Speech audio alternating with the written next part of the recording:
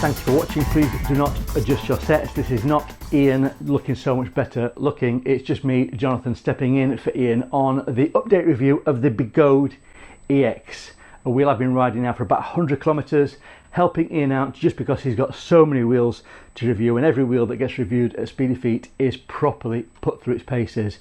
It's ridden hard and it's ridden a long way just to see how these really do hold up. This is not a quick test and early judgment, it is a long process. So I'm stepping in now and I've taken over the Begode for Ian, and I've been riding the EX now for about 100 kilometers, and I'm not going to repeat all the stuff that Ian has put in the unboxing, the range test, the 250 kilometer review. Instead, please go back and revisit those because all the information is there already. I'm just going to give you an update, and the first update is probably not a good one. Now, hollow motors. Begode are putting hollow motors into their wheels, so many other manufacturers are as well, and that means that there is a much more of a reliance on the bearings to make these wheels work effectively and efficiently and well. And the sad news is the bearings on this wheel failed and we've had to replace the motor. Now that's a big issue for me, that when you're spending a lot of money for a wheel, that the bearings have failed. However, Begode do say they've improved the manufacture process, they've got better parts, better suppliers, etc., and the reliability of wheels from now on will improve. But this particular wheel is around about 600 kilometers thereabouts. In fact, with me having ridden it for about a couple of hours, the bearings went and it had to be rebuilt. Since then, and Mario is the person that's put this back together, and it's been fine. And I have to say, I've really enjoyed riding this wheel. I didn't know what to think of it to start with because it's such a big, heavy wheel, but it handles beautifully. It's not compromised for the weight. In fact, the weight I think helps it because it is so firmly planted, and it just feels like you're rooted to the ground. Nothing is going to disturb you on this one. And then the suspension as well has been flawless in my opinion. It's really held up to the 650 kilometers. It's working well. There's no sign of real wear or tear around there. Just keep looking after it, putting a bit of that lubrication on it now and again, and it's doing really well. So the fact it's heavy with the suspension inflated quite firmly, as Ian has said in previous videos, this just rides beautifully. It just really cushions the impact of any of those knocks and bumps, particularly if you're jumping down off curbs or if you're jumping over things. This is such a beautiful, comfortable wheel to ride. So off-road, it's brilliant. The tyre, I found the tyre to be absolutely fantastic. It really does perform well, not just on the roads where you zip along, and this thing has so much power to it that it just flies along, but off-road as well. This tyre handles beautifully. It really digs into the dirt and gives you confidence off-road. This is a powerful wheel. Now you can probably see, those of you that are keen-eyed, that there are some kind of cheap pads, power pads on here.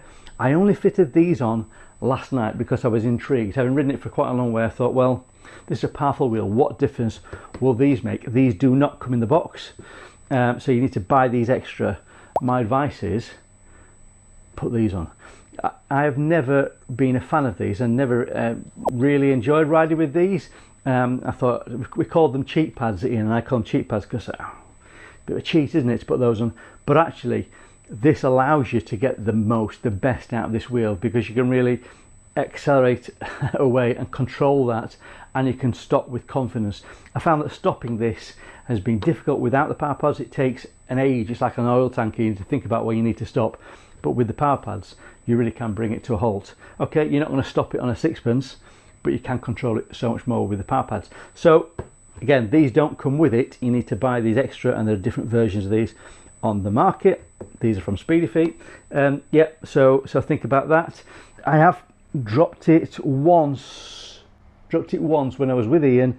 He put that on his weekly video and really took the mickey out of me, but that's the only time I dropped it. It has got a few scratches and scrapes, but if you are thinking that, Jonathan, you're looking ripped, you've got some muscles on you, you must have been working out, it's only because I've been picking this thing up and down, and it is heavy. And some of the scratches I've got on this are when I've been dragging it out of my car and things like that, because it's such a heavy wheel to move around.